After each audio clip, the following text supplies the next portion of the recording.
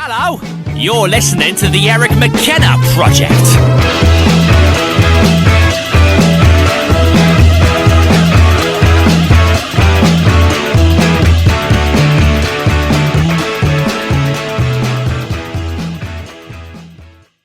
When you give without expectation, you get. It's funny how that works. Yeah. Right? Yeah. Dude, I appreciate it. Good to it's see my you. pleasure. Good to see you across the table. How many is this for me? I think this is 4. 4. Yeah. I couldn't believe you did the first one. I look back. Was I your first? You were my first notable celebrity in this town. And you kept coming notable back. is. And he kept coming back. That's the thing. Oh, it's fun. Hey, I want to ask some questions of you, big picture stuff here today, and then I do want to talk a little bit about Ben and his legacy as you see it. Correct. Because I think it's going to be on us quicker than we maybe thought. Oh, it's here. It's here. Yeah. Okay. I know this is football season, and you've pretty much, I could tell by one of your shows the other night, you'd pretty much had it with baseball. You're ready to kind of like give baseball a break for a little while, but I'm going to drag you back in for a second. Tomorrow you become the MLB commissioner in a parallel universe, right? Mm-hmm. And, you know, besides all the technical stuff, big picture conversation, what can you do tomorrow to start the process to fix baseball? Salary cap. Number 1. Okay. So there's going to be, I don't know, maybe a $95 million basement where you have to pay $95 million on payroll. Okay. And you cap it at $250 for now. And then, much like the NFL, when revenue streams pick up, you know, you can increase those. Mm-hmm.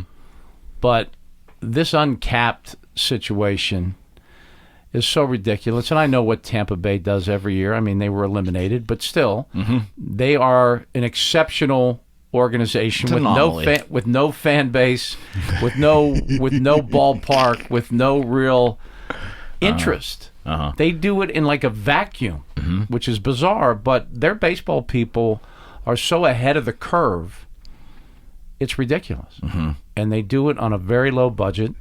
You think baseball uses that as an example as to why they don't fix the system? And here's another thing they use. They have a greater variety of champions than the capped leagues. More different teams have won World Series championships. Good point. Certainly than college football by a large margin.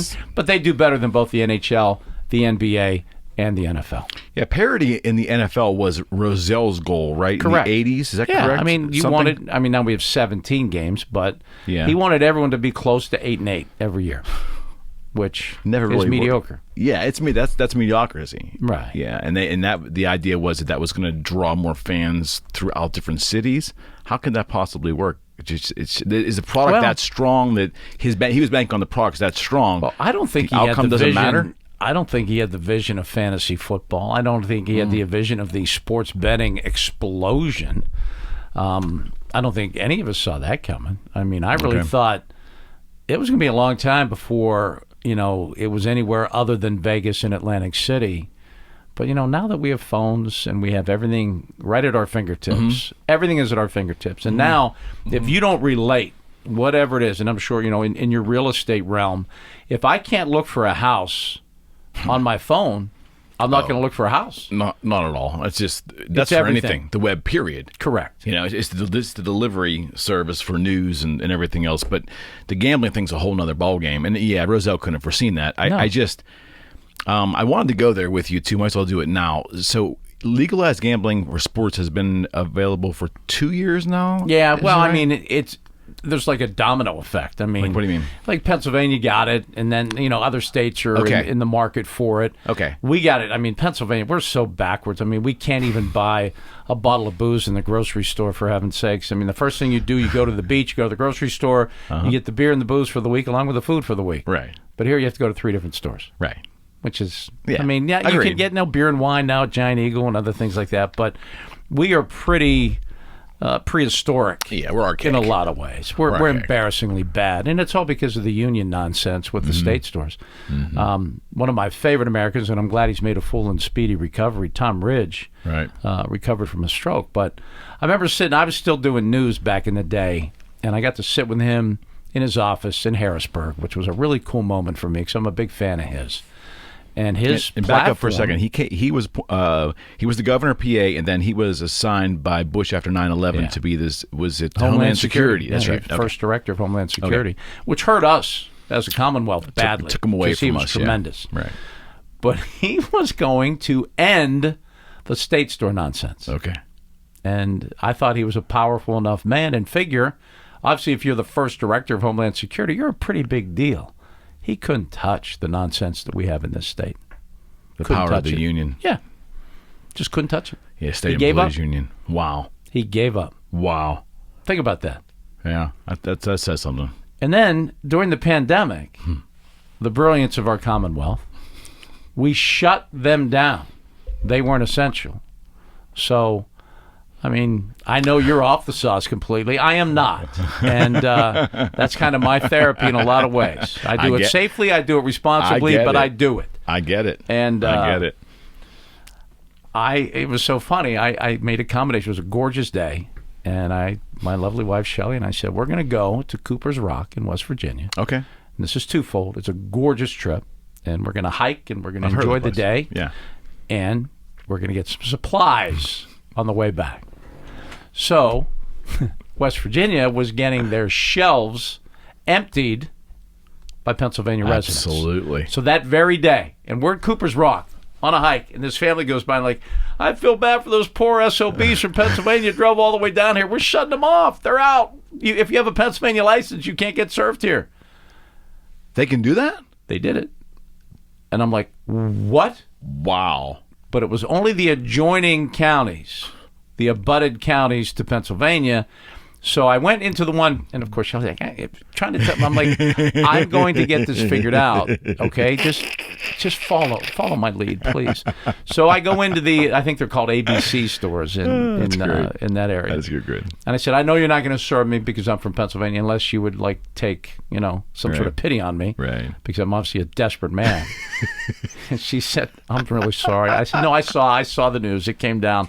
I said, but what's the next nearest county and how far is it? And she goes, well, it's Fairmont County. It's 10 minutes down the road. I went, fine. So, of course, Shelley was ready to, call it a day and head back. I'm like, we're okay. It's fine. I know right where it's Fairmont. I know where Fairmont is. We're going to go get it. And then I should have, what I could have done is started my own state store, from my garage. Probably could. But I didn't do that. I just got ample supplies. Well, gasoline, I can do the same damn thing, right? So think about all of the money this idiotic state lost during that period of time. Mm-hmm. No doubt. No question. And I think I've made this statement before with you, I'm pretty sure. You have. I know when you're like in your mid-20s, you still kind of have that thought that, well, the people in charge, they have to be smarter. They wouldn't be in charge. It's called hope. But then the more you observe and the more you actually peel the layers away, you go, why in God's name are they in charge? It's called no hope. and my wife still goes, why do you question everything? Because they're liars and cheaters? No, man. Maybe that's why. Yeah. And so many things unravel and so many things come clean. And I just say, now do you understand? Her father, unfortunately, just passed away. Mm-hmm. And again, I don't, this is a topic I don't want to necessarily dig into, but people need to be made aware of this. They keep throwing out that huge number of COVID deaths, and it's awful. And it's taken a lot of lives. And it is awful. And it is to be taken seriously. It is a deadly disease. But Shell's dad just passed less than a month ago, and he was an amazing, amazing man. Survived a couple of heart attacks, some open heart surgery, contracted COVID, completely kicked its butt because he's one of those guys from that generation where they're just too tough. Then he gets cancer, and then finally at 86, he just couldn't fight anymore. Mm-hmm. But you know what they called the cause of death? COVID death. Yeah. So you wonder, all of the politicians, everyone that wants to, scare you into vaccination or scare you into mask wearing or scare you into whatever they're scaring you into, those numbers are so inflated. They're insane. There's no question. I'm in complete agreement with you. And when I would bring that up, Shelley was being like, stop with that. Like, why do you have to question that? I'm like, because they've incentivized hospitals with big payments if it's a COVID death. No question. It's all about and by the way, and everyone's in bed with the pharmaceutical companies. Now, I'm vaccinated, but now the next thing is they're going to tell me I have to have a booster. Boosters. And everyone goes, well, they're free. What are you worried about? I'm like, the government pays the pharmaceutical companies. They're not free. And then our economy completely tanks. We're paying $1 million for gas, $1 million for lumber, $1 million for groceries. Supply chain shot. Everything's done. A Happy Meal at McDonald's is $25, and you're wondering, like, well, they're free. Nothing's free. Have you seen? Just look up just look up how much money Pfizer and Moderna have made. Oh my gosh.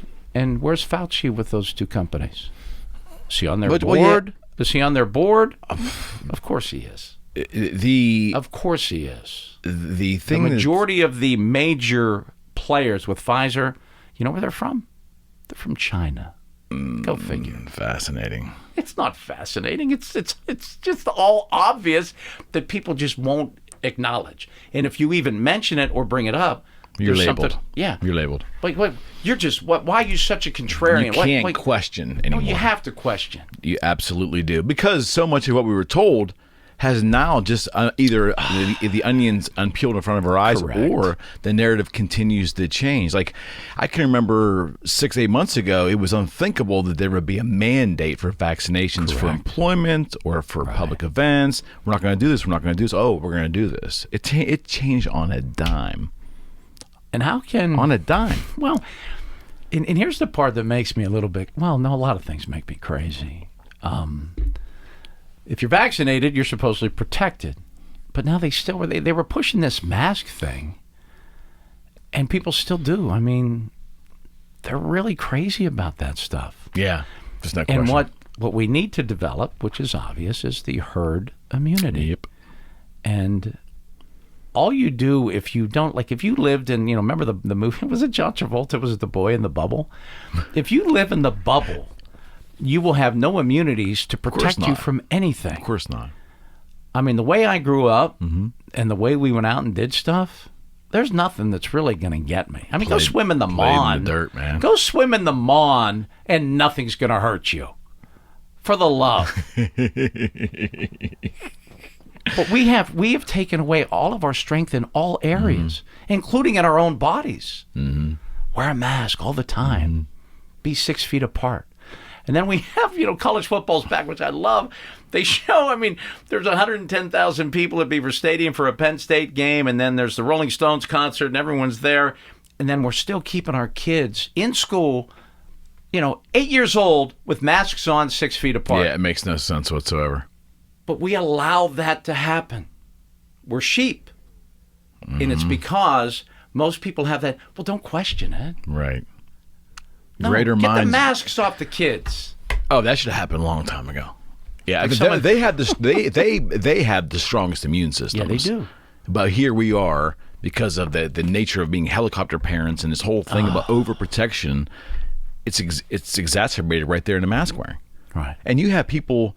And look at all the consternation it brings. I mean, you see it on television. School boards, like it's throwing insanity. Down, having fights, kicking people out. And they've made it, unfortunately, political. No doubt. Like they make everything. No doubt. But young kids contracting it or getting very sick, it just doesn't happen, and it won't happen. So I forget who posted it, but I love that they said, if it was 99.7% likely that you wouldn't poop your pants, would you still wear a diaper? Would you? Not likely. No.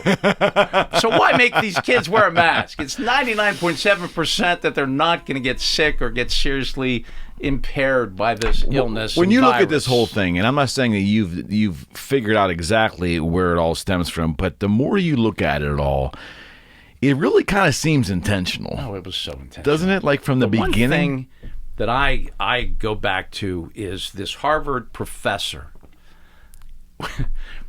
was in Wuhan, China.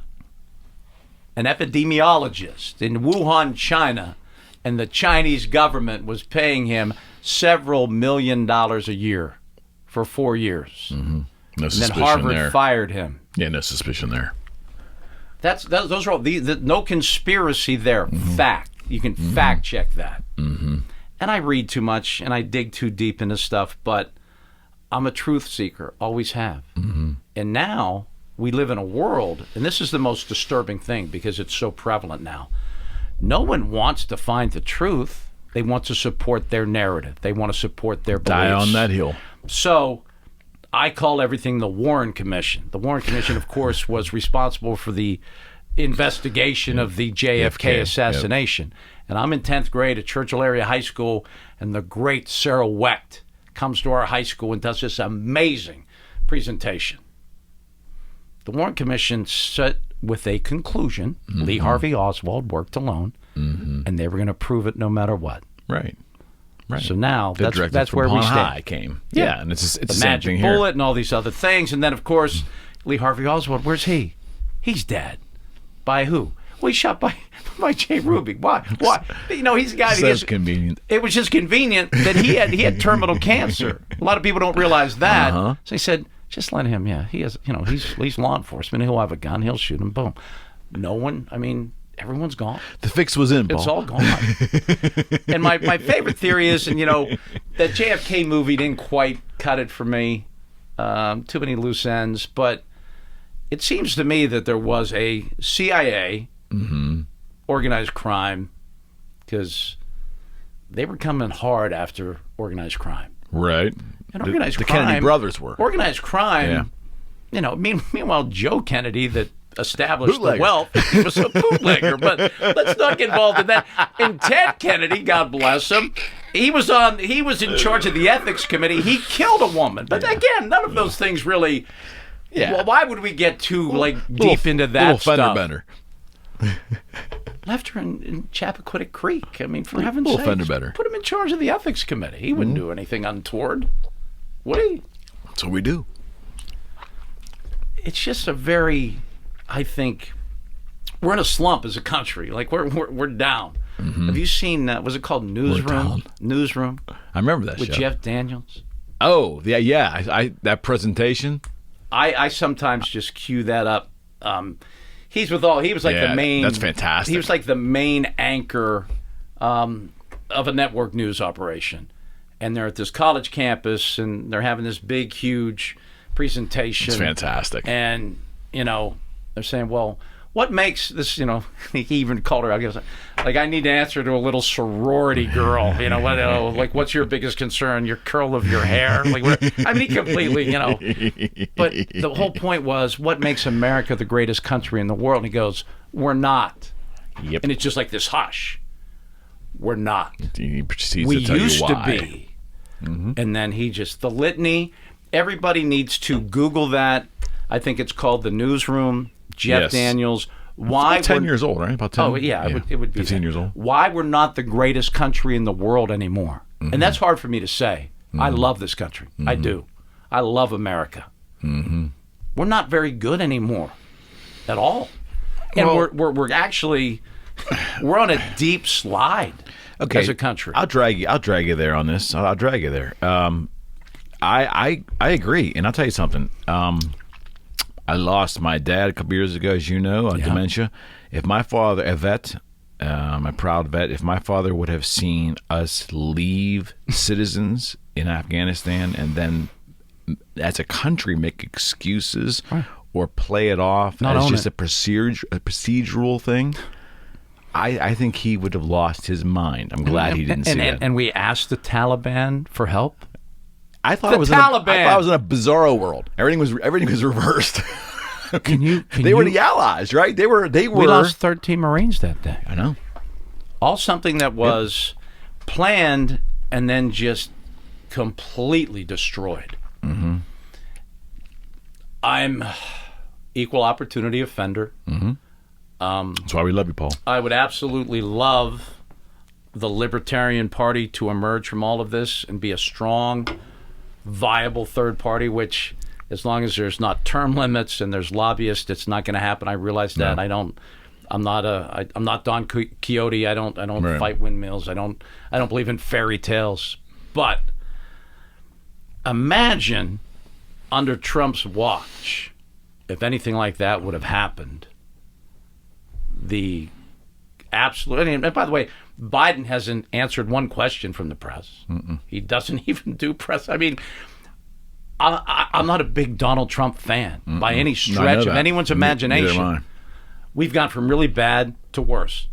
I don't know. In my opinion. I don't know what we have now. I don't either. even. He doesn't answer. He doesn't look like he's there. And this is where I was going with this. I watched my father ebb from dementia, and there was a period in time. I said this on another show. About a year into that journey, I could see a glazed look. I saw something that made me feel like, yeah, he needs to be here. Right. I can't bring him home. I see confusion and disorientation at times just through the television of our president. Right. And we elected someone, he's running the free world. Right. Theoretically. He's in charge. I don't know if he really is or not. No, but he's definitely theoretically, not capable, not but competent. Theoretically, he is. And if you look back... It's nuts. It's nuts. And all the videotape is there. It's nuts. I mean, he was an absolute racist early in his career. Oh, I just had this conversation now he's Mr. Of course. Mr. Equal Opportunity, Mr. Kumbaya. Are you kidding me? How's that okay? It didn't work for John Gruden, did it? Now, old Johnny Boy's in a little bit of trouble. I mean, there's a great example. I mean, exactly. Two quote unquote celebrities in media, right? Exactly. One's different power levels, but ultimately same thing. Yeah, pretty much. And I'm not saying Gruden's right or wrong. No, I'm just saying wrong. it's an hypocrisy. Well, it's complete, and I've always referred to the, that side of the aisle as the limo liberals, the Pelosi's of the world. I think John Kerry when I hear that. Biden has, 5 houses, but they're all about the working person. They're all about the poor people. They don't have a clue what the working person does. There's not... No politician, quite frankly, I was going to say, and the people that are so strident about their side, and I don't care what side it is, I'll tell you this right now, your side sucks. Okay? Now, I don't care what side you're on, your side sucks because they're lobbyists and they're corrupt, they're crooked, they're without just term awful. limits, period. No one can tell me that these people are the best we can provide for this country and have the best interest of the country. When you're a 2-term, 3-term, 10-term politician, you're institutionalized now. Now you feel like it's your show. You're no longer serving. You're maneuvering your little cog in your show. Right. And the only person you're enriching is yourself. I'm sorry. And a year into your gig, you're all about re-election. You're all about campaign, no doubt, funding, and re-election. No doubt. You're not about the people. You're not serving anybody. Our system is so flawed right now. I don't think it's fixable.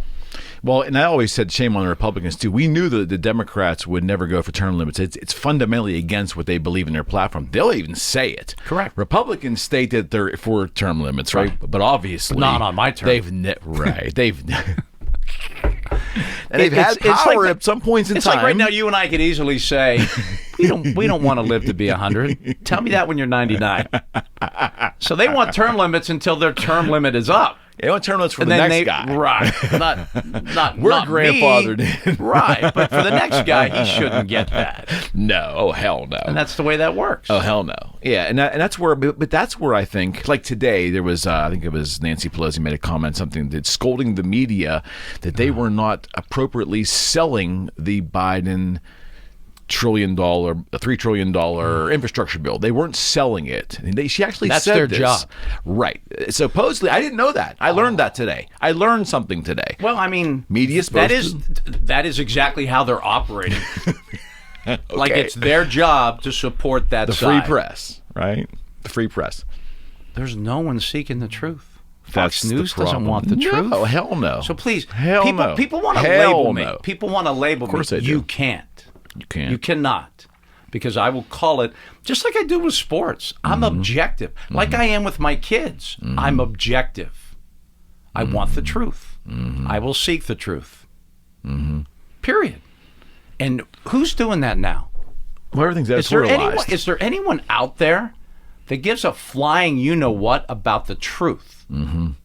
There's no money in it, Paul. Well, it's not even the money. It's well, how do I advance my narrative? How do I advance my objective? Oh, you're in an echo chamber at that point. You don't have anyone in there with you. There's no one in there with you. If you're really seeking the truth, you don't have any consensus in there. No one even to argue with, because they are so polar against you. Correct. Because you got to toe that line one way or the other. It's too much money, and it's all rooted in money. Well, everything always is. But yeah, and I just, like today when she said that, I just couldn't believe what I was hearing. Like, that's the free press. This pandemic's about the money. I believe it is now. This pandemic is about the money. Uh-huh. And we've been controlled. Like this was. If you look back at it, it's a conspiracy thing. You can use the word conspiracy any way you want, but it is an interesting interplay of mass control. Sure. And I think they don't deny it, but they completely overachieved. I think they exceeded expectations beyond belief. Have you seen the one snippet with Obama from like 10 years ago? Which one is it? Something like, they can't handle what we're putting together here. It's like that world order. Yes. And yes. You can now Photoshop. So, I have no idea if it's authentic. It's right. But real fakes or whatever, deep fakes or something. Then if you start connecting the dots and you go, well, that worked. We got everybody to do this. We have everybody here. We have, and the riots came up pretty good. The violence happened pretty easily. They can manipulate. I think whatever they want. They absolutely they have the media can. completely. Because completely. The shame of the George Floyd circumstances is that the media could have created 20 George Floyds at any point in time over the last 20 years, right? If they wanted to. Correct. There just happened to be an opportune time to do it for maximum damage. All of those circumstances are horrible. Oh, it's just this particular one served a narrative. All purposes. Yes, that's what I believe. Because you don't have to look very far to see injustice. I have so many friends still, like on the TV side, in the middle of, at 5 a.m, out on a live shot all by themselves with a photographer, throwing that mask on. Oh my God! Who are you infecting? Who are you protecting? It's like optics. It's a big game show. It's optics, man. That's embarrassing. Mm-hmm. I'm glad I wasn't asked to do that. I'm glad I wasn't in. I used to be the morning reporter, morning anchor for KDKA. I would have had a big. What are you telling me to do? Like, why am I wearing a mask? Why? There's no one here. Still doing it. Why? And I'm sure I'd have been relieved at my duties. What's going on how right serious now? That stuff is. I know the airlines got big problems. Mandatory. How do you see this mandatory vaccine kind of like playing out over the next month or two? Do you think the powers that be will ease off of it? Do you think there'll be enough resistance back, or do you think people will eventually capitulate? I think you'll capitulate.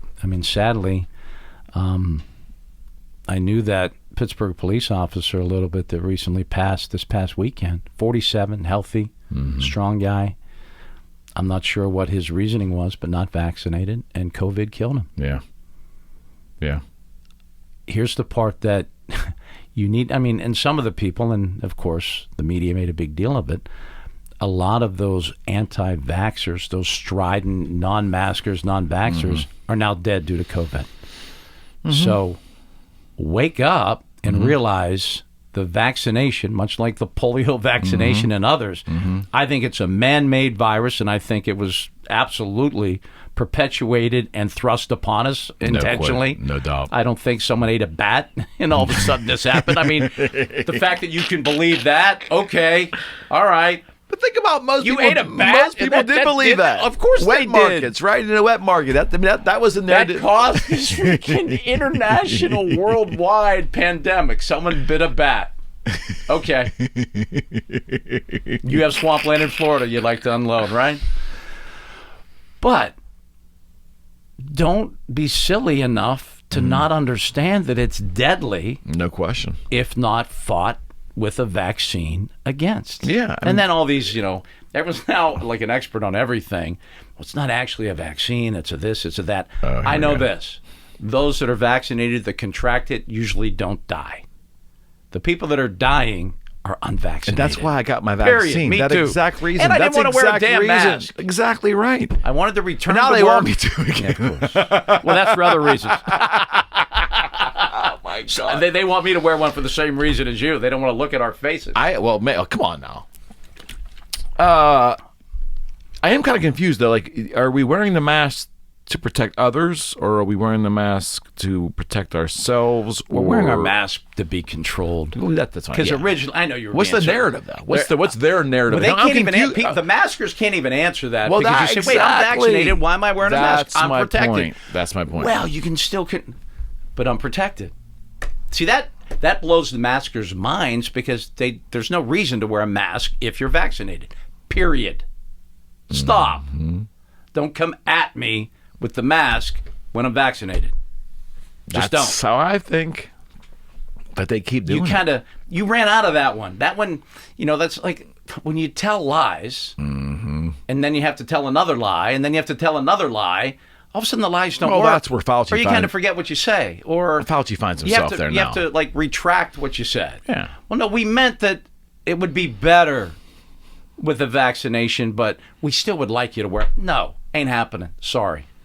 Why wouldn't it have had people would not be so suspicious of vaccines or lose their minds over the vaccines if they didn't distrust the damn government so much. And That's all it the is. problem, There's no man. credibility. That's the None. issue, and so it takes a little more sophisticated thought to put the government thing aside and say, okay, it's best for my family and myself to put the odds on my side. Mm-hmm. I'm going to believe in the science that got us this vaccine to make a decision to do it because it puts the odds on my side. There's no guarantee, None. But And the science is really, that's a loose term when they talk about follow the science. well, no, I got Follow that. the science that I believe. I have to believe that I did it because I believed that I would be better with that vaccine in my body. Me too. Percentage wise, Correct. It And you was are. it was like a gamble, but everything's a gamble, Paul. Oh, it sure is. And you can't insulate kids or protect the elderly. For nothing is certain, and I think that maybe this society is craving certainty. Oh, of course. At a degree like we does. never have. Everybody does. I mean, people do. And these people that, won't engage in anything without a mask or without the vaccination, they drive their cars every day. Have you been following what happens on the highways these days? Mm-hmm. People are really, we've always been a pretty bad city in terms of driving, I think. We've gotten a lot worse. Oh, no doubt. We've gotten a lot worse. Maybe people just don't care anymore. kinda I don't know out of- what's going on. We're kind of out of practice. But I think. those people that are wearing the mask by themselves in their cars, get help. Before it's too late, you need to get help. The people that are in the woods by themselves with a mask on, get help. I see it every day. I see you it all see them day, walking every down, day. even walking through streets by themselves, like in residential areas, and just people just. It's in not cars. early Halloween celebration, I don't believe. We were having the same discussion last year, laughing, thinking that okay, it's going to play itself out. Next year will be different. We're still talking about it, Yeah. and there's no clear. They're actually talking about a third shot now. Yeah, the booster. This booster is a serious booster. thing. Get the booster. Pfizer would really appreciate your support. Get the booster. Pfizer would appreciate. They would your appreciate support. Moderna. They're not quite where Pfizer is, but you know what? Pepsi's never really caught up to Coke, but they're okay. They're okay. They're okay. They're doing okay. They're financially, I think, solvent. I think they're I think profitable. Johnson's doing fine too. Everybody's good. And who's the big company that has all of the overseas vaccination, all the third world countries? Is that Moderna? No. No, I there's a fourth Is entity. it Merck? Merck's a big There's player yeah, too. They there's have another their hand big in player. something. Another big AstraZeneca. I think AstraZeneca. They have the world. We have all this choice here, and maybe Europe to some degree does, but the rest of the not so fortunate areas of the world have one choice. And how are countries like Sweden doing? I think one of them just Amazingly well, and they never did anything. They don't have any kind Nothing. of requirements. Yeah. They didn't do anything. They never shut down. They never did anything. They're fine. Yeah, herd immunity. Yeah. They did it right. There was going to be some people that were going to have suffer. They're compromised. The number of people that die every year from the flu. We don't it's talk a about virus. that, Paul. We don't talk It is about a that. virus, and viruses kill those that aren't strong enough to fight it. And right from the very beginning, and the Cuomos of the world that were lionized and heroes killed tens of thousands of elderly people, how they treated them in their nursing homes and their assisted living. Killed them. Unpunished. Our notorious Secretary of Health took her own mother out of the nursing home, but made everyone else stay. Of course. That's the world we live in, folks. And if you're okay with that, your side, this side, that side, do as I say, not as I do. F you, all day long. And I mean that as, if my father or mother were in that nursing home that their mother was taken out of, there should be lawsuits. There should be so much. And there's not. Well, I don't hear anything. It's because all the power's where it needs to be. And it's embarrassing to me that they killed tens of thousands of the... When illness breaks out, you quarantine the sick and the vulnerable. We quarantined the healthy. Brilliant. And we allowed them to do it. Exactly right. We allowed them to do it. Exactly right. Hopefully our kids live very healthy and long lives. And when they look back on this period of time, they'll think those people We're out of freaking idiots. They're idiots that they allowed this to happen. Complete idiots. Do you ever find yourself embarrassed of the world that we kind of created for our kids as we're maneuvering it right now? I say it all the time. And you said helicopter. We have abandoned tough love. Responsibility, accountability. Let your kids fail so they can learn. It's not the coach's fault or the teacher's fault that your kid didn't do well. It's theirs. Work harder, try harder, study harder, practice more. Yeah, personal We don't do responsibility. that. We don't do that at all. I mean, big blanket statement, but the trend. It's impossible. And I read this today online, and I didn't realize this, but it's so cool. When the caterpillar is in the process of becoming the butterfly, if you were to help that process along, you would kill the butterfly. Because all of the blood required to break through is what goes to the wings and allows them to fly. There's God right there showing you through nature, the growing pains, the failures that you stack on each other as accomplishments because you tried. That's, again, if you would help the butterfly out of the cocoon, it would die. It has to fight its way out. Think about it. So we protect our kids, fix everything, control everything, and then say, go get the world. Yeah. And they're not equipped. Oh, not equipped? They're not equipped. Completely ill-equipped. Yeah. Adversity is what you grow from and learn from. And if you control it, you fail as a parent. You fail as a mentor. You fail as a leader. There's no doubt. Allow that to happen. Be there with advice. Be there with encouragement. Be there with a hand up. Hey, let's go try it again tomorrow. Let's go do this again.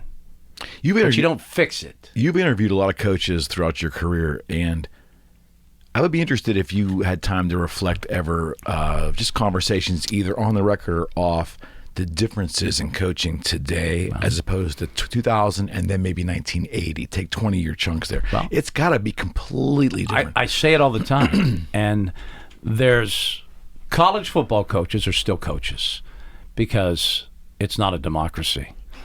And, no one questions Nick Saban. Right. No one. Right. And he rules as you would expect. Okay. Bill Belichick's the only remaining NFL coach that's still, and he lost the battle with Kraft over Brady. And Brady got the last laugh with an additional Super Bowl without Belichick. I mean, congratulations to Tom Brady. Yeah. I salute him and respect him. Right. But when the players start making a whole lot more money than the coaches, I always the wondered about dynamic, that. I would think. I mean, I got to sit down. One of my scariest moments, I had requested and was granted a sit-down one-on-one interview with Chuck Noll and I think it was like 1984 or 5. Okay. And I'm like 2 years into the business, on the television side at Channel 10 in Altoona, and I'm on a bench in St. Vincent with Chuck Noll. Okay. And he looked at me and he goes, "You okay?" And I went, "I'm hoping I'm gonna be." That's pretty honest.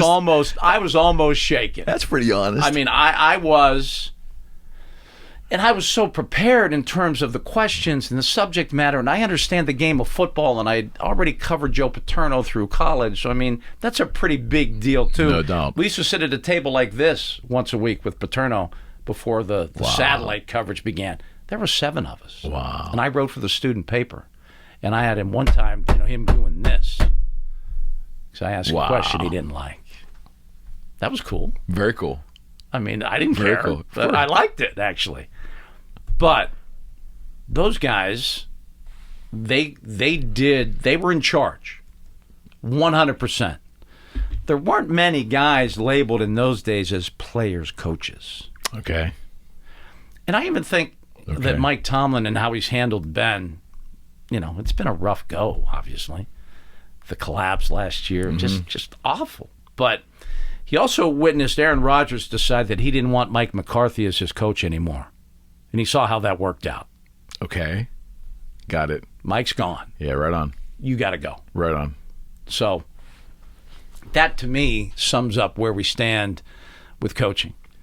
Magic Johnson came in, and I was just talking to, I grew up loving Duquesne basketball and Pitt basketball, but Norm Nixon was one of my guys, man. To watch him play was just, he was so talented and amazing. And, he made that nice run in the NBA, and then all of a sudden Magic shows up to the Lakers, and Magic's like, you got to go. And he was gone. And that's the way, LeBron James, he selects the coach, he selects, sign this guy, sign that guy. Yeah. When you're paying him 30, 40, 50 million a year, and the coach is capitalism making 4 takes or over 5. there. Yeah, the decisions for The money talks and the bullshit walks. I mean, that's just the way it is. But in terms of just having the coach even high school kids, I would imagine even between 1980, 2000, 2020, just those 3 dates, 20 years apart, the way it's done and what a coach would hear today as opposed to what they heard today, or what they would tolerate today because of what they have to tolerate today, it's got to be a world apart. Who would want to coach now?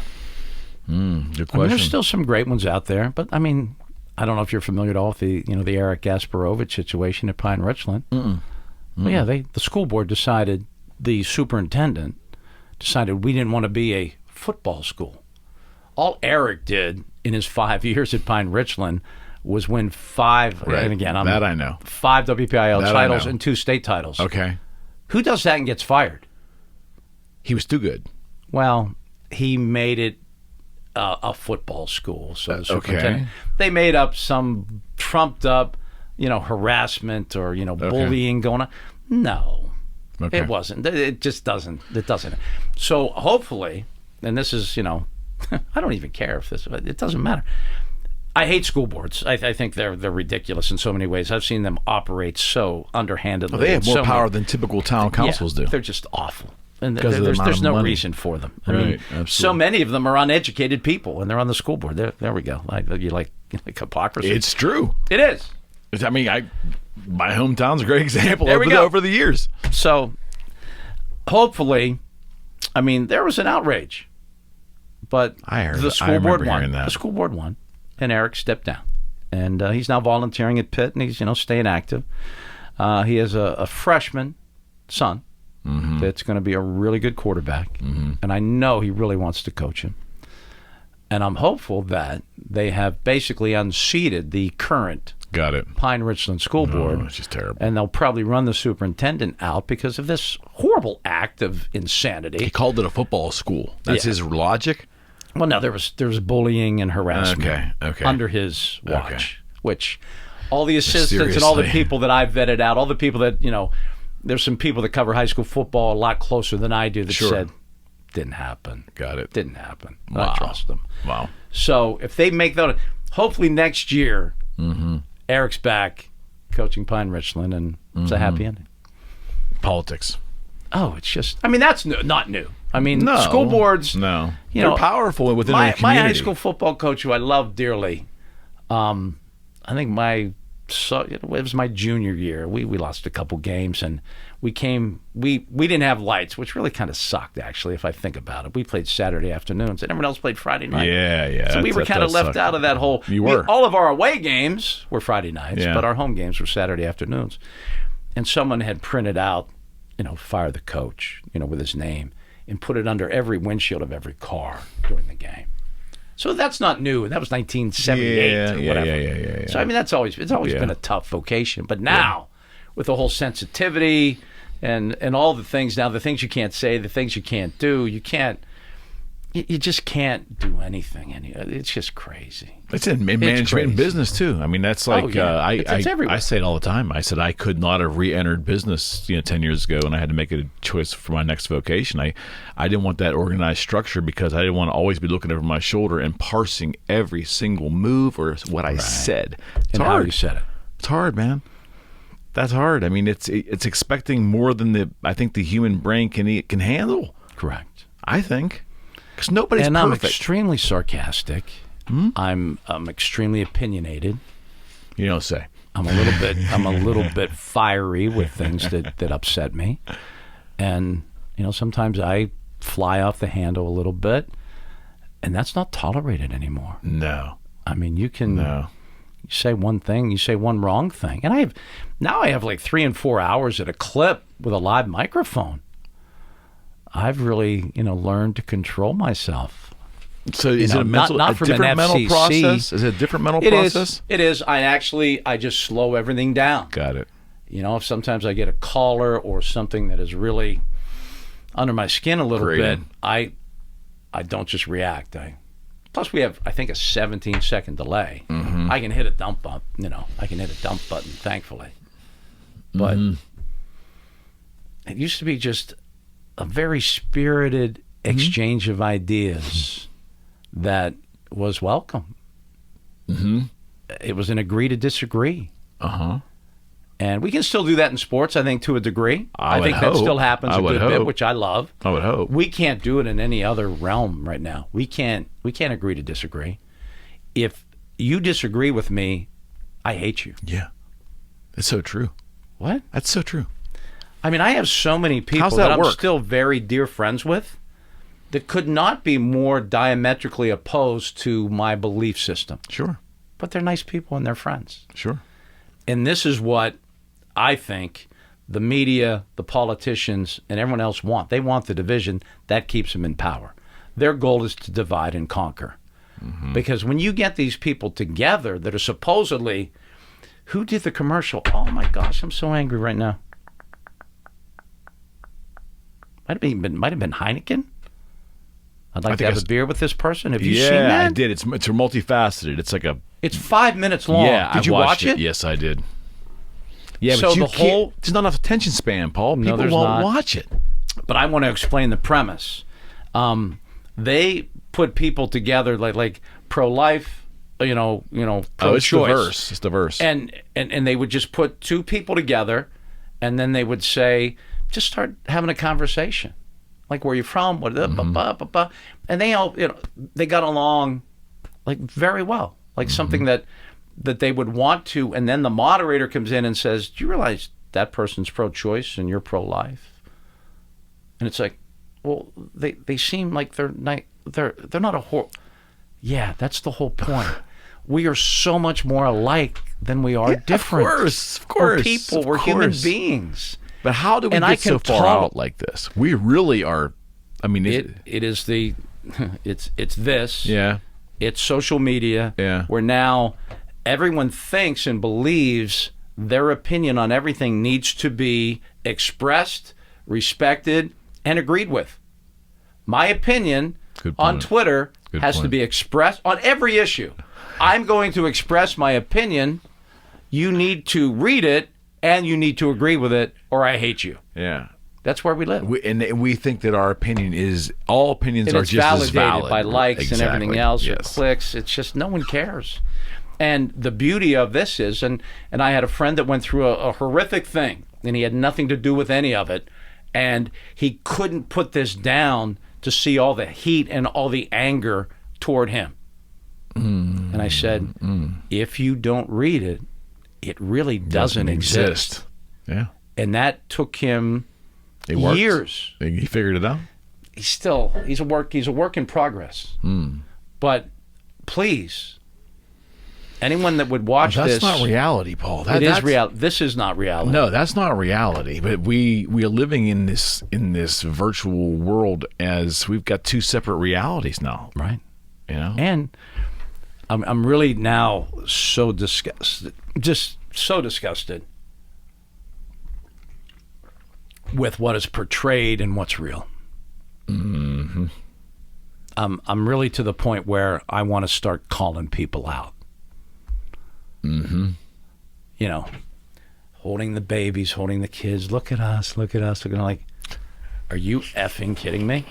You hate your kids. You don't do a damn thing with your kids. I mean, it's just, whatever it would be. Like, here we are. Wouldn't you love Stop! to? Wouldn't you love to? Like, it's like, I mean, Just stop. Well, you know, Instagram and Facebook. It is by nature, it's a highlight reel, And but it's hard to take. I'm guilty.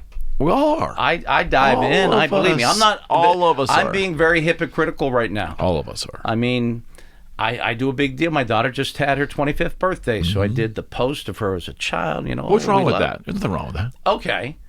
Yeah, because I mean, we're good. I mean, I love her dearly. Of course. So I mean, I post that stuff. Mm-hmm.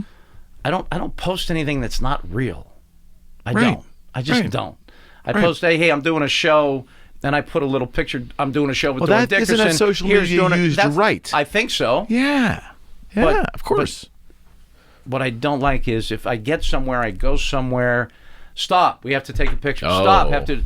No. I can't I'm eat going my to steak until I experience- take a picture of it first. I'm going to experience my meal. I'm going to experience the zoo. I'm going to experience the game. I'm not making this that. I'm not. And then, I don't do stories. I don't The either. I don't even stories understand how that works exactly. It's. I think you do it, and there's a video clip that goes with it or something. I mean, you and- find like clever quotes or little things, and then you try to make it your thing, and that's Does it disappear after a period of time? yeah. Like I think it's a 24-hour thing. Like sometimes if I have a Okay. picture I like, it asks me if I want to make it my story, and I just go yeah. That's all it is. I just put a Okay. picture. I don't do a story. I just put Okay. a picture up as a story. I don't know. I think it's all if it's a reflection of what your life is really about and what your Have reality at it. is, then yeah, have at it. Right. But yeah, I get about seeing some really funky stuff. That's not you. Yeah. That's not you. I mean, really. it's You never smile. I mean, everybody. I have never been on or actually seen how a dating site works. Christ. But I imagine, I mean, that to me is what social media has become. Yeah. How someone wants to be seen Yeah. as opposed to how they really are.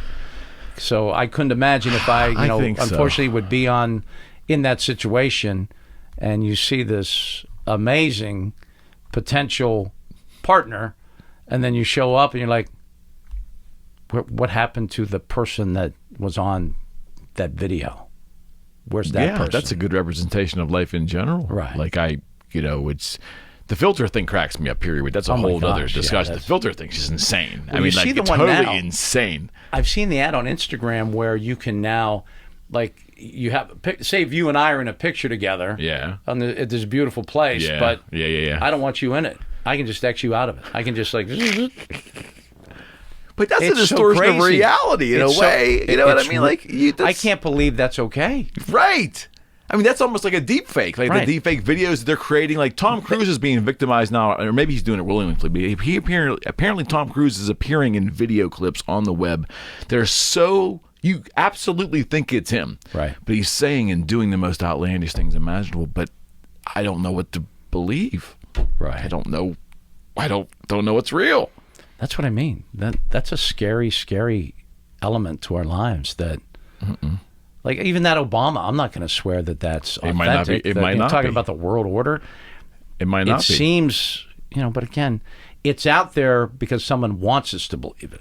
Well, I think that he's got a famous speech where he did mention World War, and I think, if I'm not mistaken, didn't Bush 1 say that in the early 90s? There was a famous speech of him at the UN talking about a new world order or something Correct. like that. So I got to ask you about Ben. I know we've touched on the subject over the course of years, and you've been a treasure trove of information because you've been in this town doing your thing for as long as he's been here, and longer. Not to age you, but you've been here I a long interviewed time. Ben his first day at St. Vincent. Yeah, that's what I mean. Like you've seen the entire thing.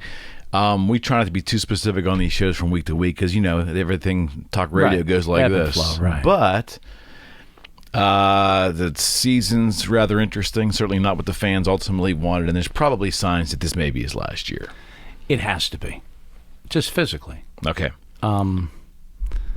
There were signs of life, again, not to date this show. Yeah. But Recently, there were last signs. game. But the problem with Ben is he is one of the greatest improvisational talents in the history of the NFL. The most telling sign to me was when Bruce Arians was interviewed about coaching Tom Brady. They won the Super Bowl together last year. Mr. Manning, was one of his, he was offensive coordinator at Indy with Manning and then with Ben. There's some pedigree there. And he just said, in terms of work ethic, study habits, and things like that, Ben's not into that. He just wants to go play. Okay. So you try to introduce a new offense. You try to get your quarterback up under center and run play action. None of that suits Ben because it requires study. It requires effort. It requires, first in, last out, like Peyton and Tom always were. Just not his thing. So, Matt Canada's offense requires attention to detail, jet sweep motion, a lot of play action, and I just don't understand. Smart people like Art Rooney, Kevin Colbert, and Mike Tomlin thought that was a good combination. They know Ben. And here's the other thing So what was the play, Paul? that makes me crazy. What was that the makes play me then? absolutely crazy. Okay. They call it a Veterans Day off on Wednesday. And he really But knew the it. truth of the matter is, all of last year, for a fact, after that 11-0 start, not only does he not practice on Wednesdays, he doesn't meet, he doesn't show up at the facility. Tom Brady and Eli Manning and Peyton Manning and all Mannings, Archie Manning back in the day, you didn't take days off. Right. You're trying to implement a new offense with new terminology, and you're working with new receivers that are young that you haven't been around. No doubt. You still take your... No, it's just... It's very unfortunate. And Why here's was that what I permitted? saw last year, especially at 6-0. At 6-0, 4 of those 6 wins, they had 100-yard rushers. Okay. And then, of course, Ben's numbers were just like they were, and again, we'll just say, just like they were in the win against Denver. 25 throws, about 225 yards, couple of touchdowns, no picks. That's how 6-0 started last year. But Ben's about numbers. Ben's about his numbers. He wasn't throwing the ball enough for his liking. So the plays coming in didn't get executed anymore. And that's why it all went to hell last year. This year kind of went the same direction. Okay against Buffalo in week 1, Right. but that was all. Right. They had a special teams touchdown, and Right. T.J. Watt was just a beast. Monster, right. So then he's not available the next week, and all of a sudden it's like this offense can't, except for if you listen to Matt Canada and you run his stuff and you only throw it 25. They ran it 35 against Denver, threw it 25, had a 100-yard rusher, Najee. and they won the game. Right. Which is why So- you got the guy. You went and got the guy, right? Yeah. You got to run him. I mean, just makes sense to me. But he wants, he wants the numbers, and he's always, he had to fight in his own high school situation. The coach's son played quarterback when Ben was a junior, Okay. and the kid was not half the player that Ben was. So I Okay. think there was a security thing there, and he has always wanted to prove himself. And even in his prime, they never elevated his status to Brady, Manning, Breeze. He was always a tier below. Really? And I think, absolutely. Okay. From a national perspective. Okay. I mean, he was a big deal here. And I tell people all the time, you hate Ben. No, I don't hate Ben. I don't like the fact that he's not willing to put the team first. Mm-hmm. But, man, when they had the team leaders that they had on the 05 team, the 09 team, they didn't need Ben to do anything other than be a gunslinger. Be the guy. Mm-hmm. And, he's still the lowest rated quarterback ever to win a Super Bowl. I didn't know that. That game against Seattle and Detroit. He never, and again, he was a second-year guy. That was Jerome's bowl. That was Yeah. Jerome's Super Bowl, right? Yeah. And Joey Porter. We talked a little bit about Joey being a knucklehead, and he is. But in that game, he got so under the tight end of Seattle's, he got into their head. Right. He also won him a playoff game as a coach by getting into their heads. I mean, think about that. So, I mean, he has a certain skill set, kind of like Liam Neeson. He has a certain skill set. He can get under people's skin, and he can play a little bit. Transcends football. But yeah, Ben is just not. He's not a cerebral student of the game quarterback. He was a natural athlete with the toughness and the competitiveness that you dream of as a coach. Right. And he's built like it. Yeah, 6'5", 245. Yeah. Not fast, but man, you couldn't bring him down. Noda, broke his nose in a Baltimore game, and he kept playing. I mean, he used to be accurate, too. Oh my gosh, like he could really, throw it. Yeah. And Ben's strength was when the play broke down, he made plays. Mm-hmm. You look at his highlight reel. Oh yeah. Very few were just the drop back. Oh, he's not open. Oh, here. No, it was, whoa, I'm getting rushed. I'm going to throw this guy off. Got to throw that guy. I'm going to run around this way, then run around that way, and then throw off my back foot and just, amazing abilities. Yeah. And I was able to cover 2 Super Bowl wins and a third one that didn't go as well as we had hoped. But I thank Ben for that with every bit of my being. Mm-hmm. But he needs to acknowledge. I mean, that whole nonsense with Todd Haley, and then it just Coach Randy. He sabotages and hijacks his own offense because he doesn't like what they ask. Mm-hmm. And that's I see it. I get it. That's where I have a problem, and I voice it, and it's unpopular with a lot of people, and that's fine. That's my opinion, and I think it's pretty well founded by the results. Look at the numbers. When he throws over 40. I guarantee he's well below 500. When he throws over 50, I guarantee he's he's maybe at 30% win percentage. What you're describing to me is a selfish player. Yeah, and the offense was fun to watch with AB, Le'Veon, and Ben. Mm-hmm. Killer bees. Mm-hmm. Boy, they had talent. What didn't they have? Significant wins. Nope. Why? Nope. They weren't playing for one another. They were playing for themselves. For their own individual stats. Correct.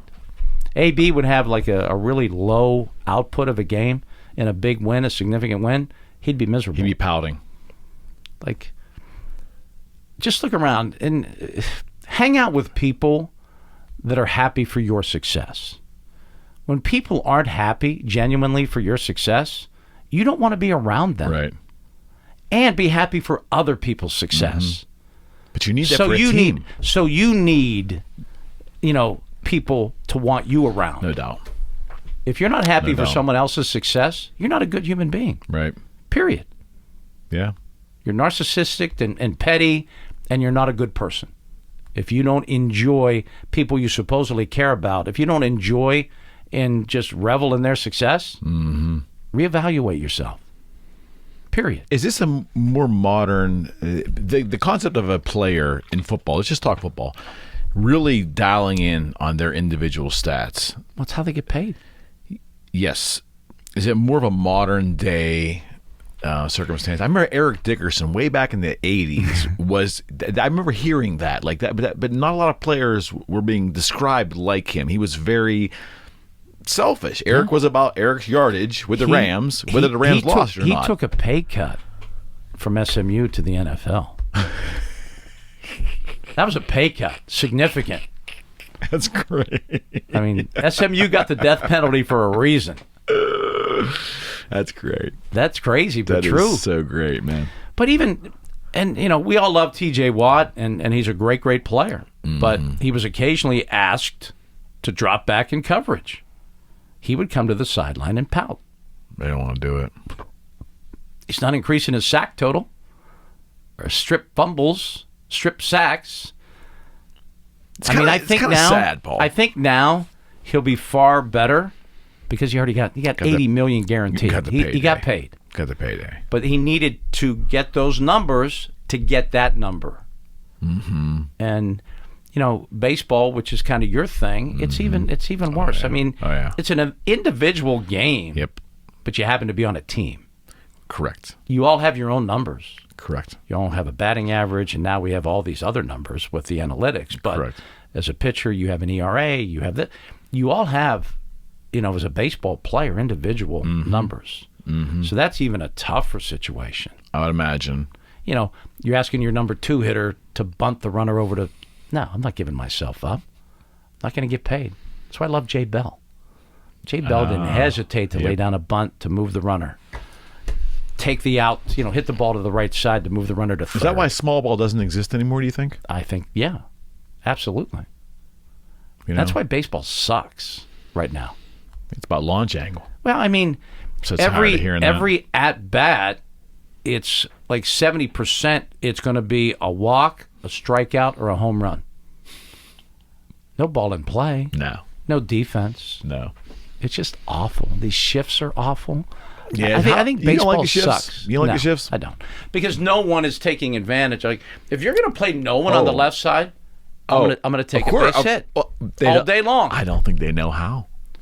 Well, that's another reason not to like baseball. If that's really true, if that's really true, you're at the highest level. I knew how to do that when I was 10. Hit to the opposite field. I knew how to do that when I was 10. Of course, that was you're going to give me that kind of gaping hole. Learning the game. And here's where, and again, I hate analytics when it becomes everything. Mm-hmm.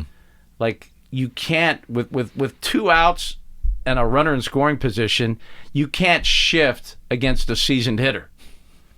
But they do, because analytics suggest 9 out of 10 times it's going to work. Not with a professional hitter. Like, you just can't do that. They will beat you every single time, but yet they still do it. Mm-hmm. They're playing percentages, and I hate that. How would you fix the shift? Like, because there's that imaginary line it's second base straight to the center, the flagpole in center field. How do you stop them from shifting? I don't think you can, right? No, because as a hitter, you're allowed to hit the ball wherever the hell you want. Right. So play wherever you want. Yeah, there's efforts to try to eliminate that. Yeah, but I don't know how we have to have 5 people with their cleats on infield dirt. Is that the rule? They're trying some things in Double-A and other places to try and fix the game, but that's not going to fix the game. That's not. Is the game too long? Attention span's too short now? Absolutely. Like my son, God bless him, he had a pretty good arm. Of course, I offered him every opportunity to play every sport, introduced him to every sport. He chose soccer, probably because Dad didn't know a damn thing about it, and that was pretty smart on his part. And he became very good, thankfully, and I really enjoy soccer now, thanks to him. That's great. But he has no, patience for it. I still can go to every Pirate game for free and take him, and I'd buy him food and things like that. And he's like, Dad, I don't want to go. I think generations, certainly here in Pittsburgh, just have no interest. None. Zero. Did you like the 7-inning games? Did you I don't like anything. Starting the runner at second base in the extra thankfully innings, that's all gone. that stuff? That's gone. Thankfully, that's gone. No, whatever happened? I went to every single holiday doubleheader. Right. I went to the 4th of July, Labor Day, all the doubleheaders. It was an event. It was awesome. Yeah. I mean, that was a Labor day. DH. It was perfect. Every holiday had a doubleheader. Yeah. But then the owners got too greedy, and I think they're getting what they deserve. Got it. They got greedy. Got it. They want a turnstile for another game. With the money, obviously the Pirates prove that you can make a boatload of cash without anyone showing up.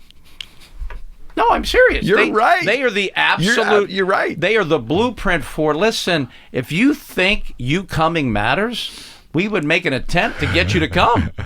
But we know it doesn't matter. We get a boatload of money from our TV contracts, a couple luxury taxes, and some other things. We don't really care. We don't pay anybody. We don't care if you come. We don't. And as soon as someone does make money on That'll the Pirates, kill the game. they're gone. That'll kill the game eventually. As much as, you want to buy into Charrington or buy into anybody, I get that. I can't. As soon as someone makes money, even though it's going to be a club-friendly contract, they're gone. And how do you end up building They traded loyalty? Starling. The first thing that Ben Charrington did, Playing for my team. traded Starling, Marte for two 19-year-old pitchers and didn't have the transparency to say, we're rebuilding. No. When are these 19-year-olds going to pitch for the Pirates? 3, 4, 5 years? 5 years, if they make it that 3 far. at the best, if they ever do. Yeah. You don't call that a rebuild? But they're in constant state of rebuild, Paul. I mean, There's never a now. Yeah, there's never never a now. There's never a now. There's never Isn't a that, now. even when they had an opportunity to do a now, They won 98 They wouldn't games, do it. They and wouldn't they do it. didn't build upon that team. yeah. That's unforgivable. But that was so exciting. I mean, we just had the 8-year anniversary of the Cueto game. 13. My son was there. Oh, Dropped what a the moment. ball. What a moment. Dropped the ball. I would always, and I had to cover almost every Pirate game during the 20. What was it like in there that night? That night the crowd was noise. electric. It was, I've been to college football national championship games, 82 and 86 for Penn State. I've been to 4 Super Bowls. I've been to Stanley Cup championship games. I've been to some of the greatest sporting events that you could ever attend.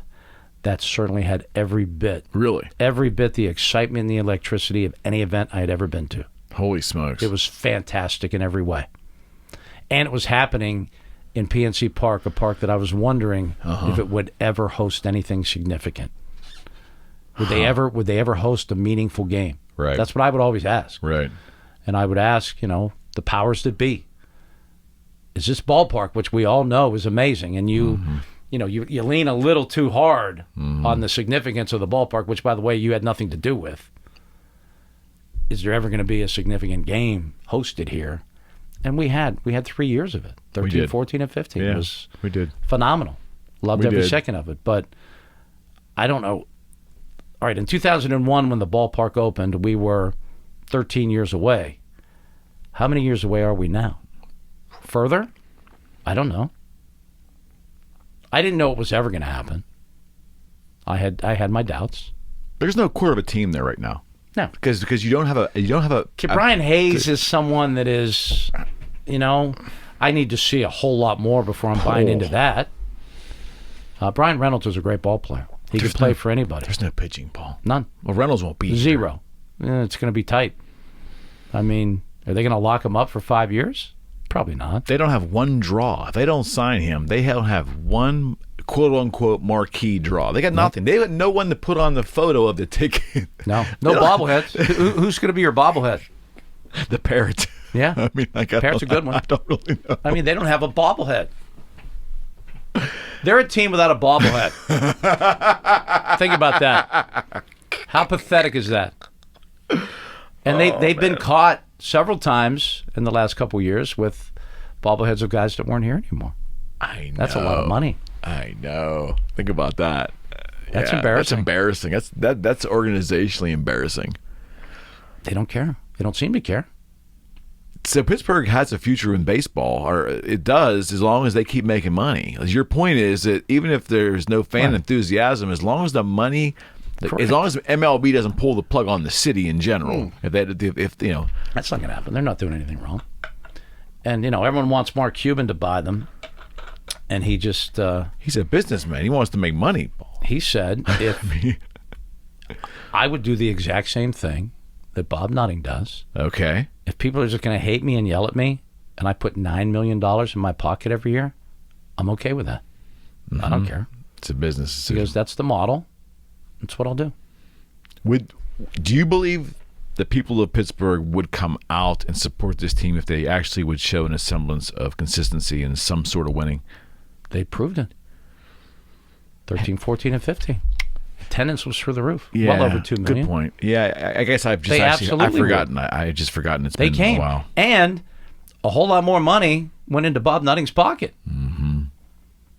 Now, one thing that people don't realize that unlike the Steelers, The Pirates don't get all the parking. They don't get all the Right. concession. Right. The Steelers get every dime of everything. They own the North Shore completely.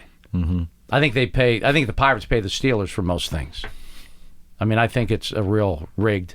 And here's another thing a lot of people don't realize, and I'm probably going to get in trouble for this, but the Steelers are a really, cheap, bare bones organization. Okay.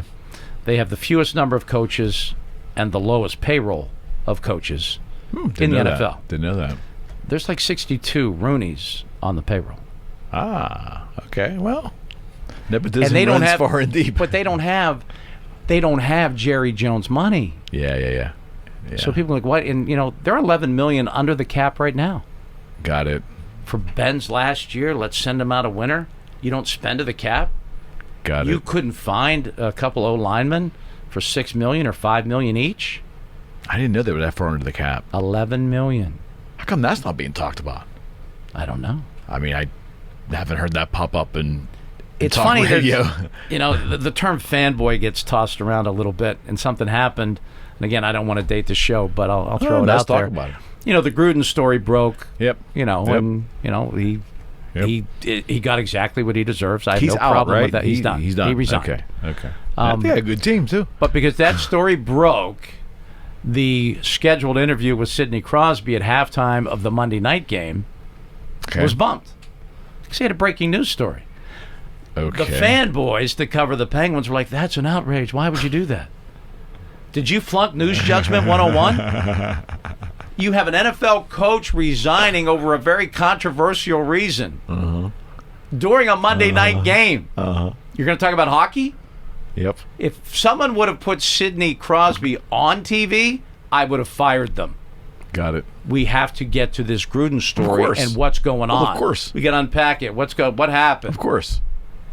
But people get so caught up in them. They're myopic.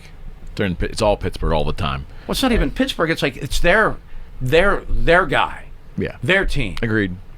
And people fight amongst themselves. I mean, it's like, back in the day, in the early 90s, when the Pirates were good and the Penguins were good. Yeah. There Early was 90s. This. You couldn't mention. Think about it. The Penguins are on their way to winning cups in what months? Oh, good point. And the Pirates were significant, winning National Eastern Division titles in 90, 91, and 92. Got it. There were certain announcers, and I'm going to not mention names here. That's fine. You can't mention that they're playing. Well, and of course you didn't have these either. During the game? Yeah, They would couldn't make mention it, reference of not it? mention it. The thing I love. Really? When the That's Pirates nuts. got good and the Penguins were good again, Uh-huh. at least when the Penguins, or both teams, when they would go on a trip, they would wear each other's jerseys. Oh, yeah. And Absolutely. It was symbiotic, and it was wonderful, and it was like... Absolutely. Why wouldn't they? Why Because, wouldn't... Think about that. Yeah, that's Can't mention the Penguins. That's pretty parochial. What? Yeah, that's pretty parochial. Do you think a sports fan is just a Pirate fan only in Pittsburgh? No. It was really scary to me. That bad. It was awful. Awful. That's just silly. Just weird. That's just silly. And keep in mind, Mank Lang, the legendary Hall of Famer, he did some Pirate games back in the day with Steve Blass. It was hilarious. KBL? Yeah. I remember KBL would come home, watch The that best. mid-'80s. The best. He and Steve Blass together? I remember. Awesome. I remember. best. Yeah. No, That 85 season was a dark season, though. I remember was. it was a tough season. I remember just trying to watch that yeah. was difficult. The announcers There were were great, some rough but times. I don't know. Did you have fun, man? I did, thank you. It's I'm always good. very appreciative of you And coming down here. it just happens so effortlessly. We just throw That's it out you. there and That's we have you. fun. Do it again? And we get to throw out, when you get older, what everyone I think, and again, I'm on my soapbox here, what I would like everyone to do before it's too late in their lives, become an authentic you, where you do and say what you believe. Amen. Not what everyone wants you to do, not what you think Amen. society thinks you should do. Do Amen. what, have a strong core of beliefs and act upon them. Period. You'd be amazed at where that takes you. It's a better way to live. It's the only way to live. Only way to live. It's the only way to live. Because you know betcha. what? It's it's gone before you know it. You got that right. I'm freaking 60 years old. I have no idea how that happened. No clue. And You wear well, my friend. I work with all these kids. You and wear I'm like, well, my friend. Well, I don't. But regardless, I just mean it's a blink, It is a blink. and it's Yeah. scary. It is scary. Yeah, immortality is out there. Oh yeah, and I'm okay with that. I mean, that's another thing. I kinda am would like too. another thing I'd like to suggest. We're only here for a short period of time, For a blink. so you have to kind of work that into your plan. Mm-hmm. You're going to expire. Your ticket's going to be punched. Get your money's worth. Have some fun You got it, buddy. and do good things. Always do good things. Yeah. We know you do. God bless you, man. Good. Thank you, Bray. Right back at you. All right, man. Do it again? Yes. All right. Absolutely. All right, friends, we're out. Peace. Hello, you're listening to the Eric McKenna Project.